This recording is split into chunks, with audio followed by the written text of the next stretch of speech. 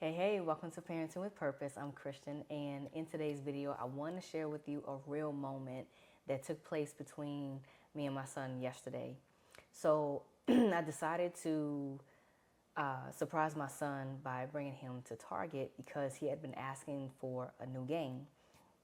Well, I figured, okay, well, he has some gift cards that he won a long time ago, and I think he actually forgot about them. So I surprised him by taking him to Target. And while we're in the parking lot, I have one podcast. We're sitting in the car in the parking lot. I have one ear with the podcast playing, and then I can see my son getting ready. And I say, hey, before we get out, go ahead and call the phone number on the back so that you can check the balances. So while he's doing that, I'm listening to the podcast. And all of a sudden, I see my son getting frustrated and overwhelmed. So I'm watching him, and all of a sudden, he ends the phone call. So I turn and I say, what happened? And he said, I got overstimulated. I said, okay.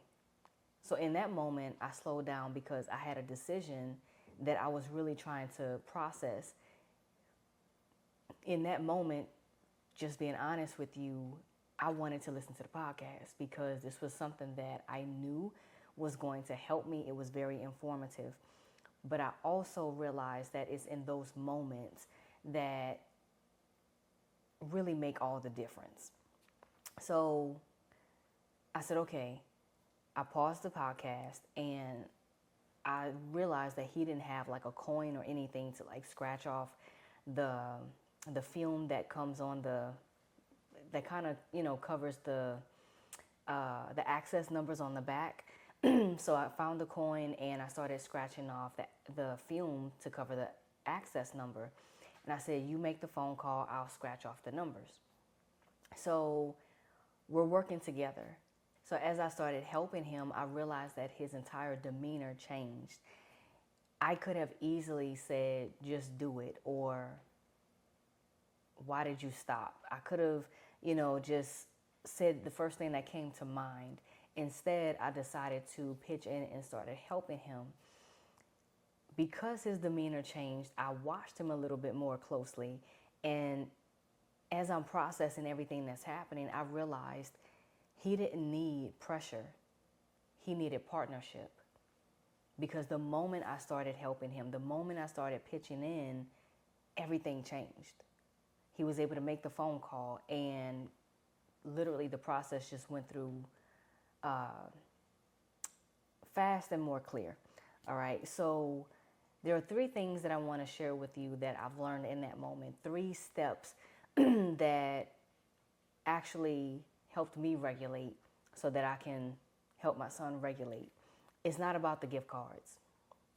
This is simply about recognizing emotional cues in your child and in yourself. This is not about the gift cards. It's about slowing down before reacting. It's about you regulating yourself to help regulate your child. These next 3 steps will help you regulate your emotions. So the first step is pause the noise. Whatever you're doing, whatever you're into, pause the noise. I was listening to a podcast. Maybe you're walking around the house and you're trying to get things done. Maybe you are, you're picking your child up and you're just trying to get things done, right? Pause the noise. Whatever you're doing, it can wait. Tend to what is required of you in that moment, all right? Pause the noise. Get out of the rush. Number 2, be curious. Or you can say investigate, right? You can ask questions rather than being so quick to correct. Number 3, connect. Help them feel safe. Help your child feel safe before correcting them, right? It's all about connection over correction. There's a time and a place for correction, but think about yourself. The moment you do something, if you make a mistake or if you're just doing something that you're just into that moment, right? If someone comes up to you and the first thing that comes out of their mouth is correcting you, how would you take that? So we want to stay connected. We want to help them feel safe. before we just go into correcting. Okay? So as single moms, we carry a lot. We are constantly thinking about what's next. We're constantly moving around. We're constantly trying to solve problems. And that's a lot for one person. Okay? Sometimes we don't even realize that what we carry, what we do, it tends to carry over into our home. It tends to carry over into our children, and they end up feeling the pressure of what we're carrying.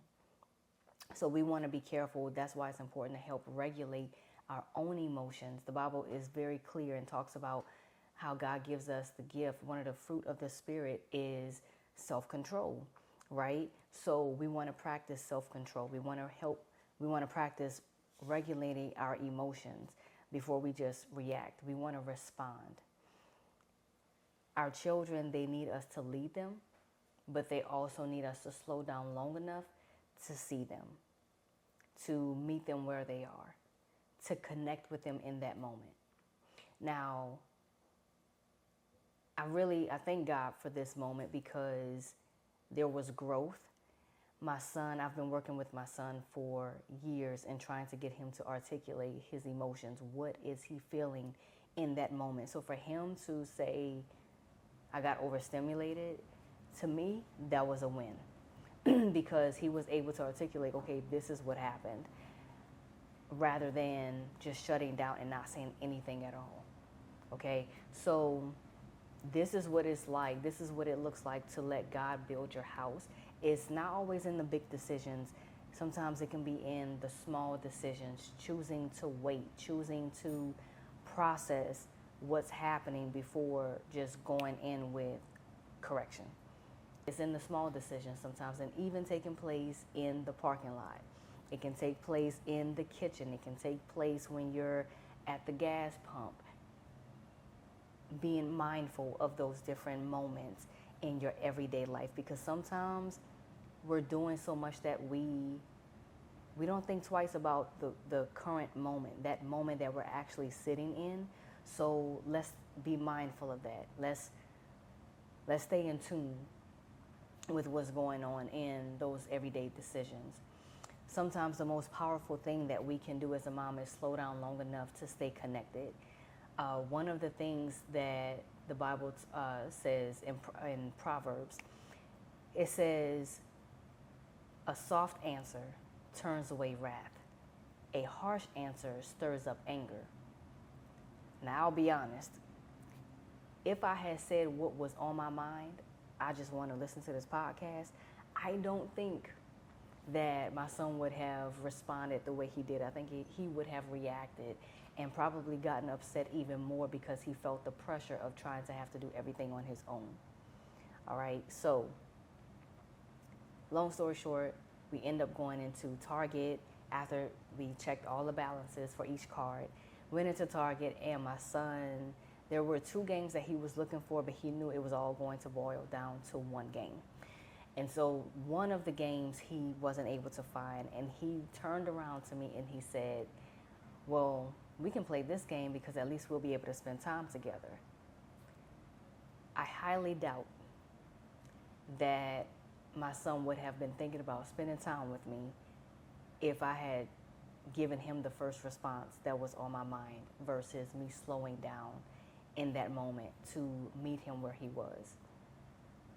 That was a huge win. I'm not saying that I get it right all the time.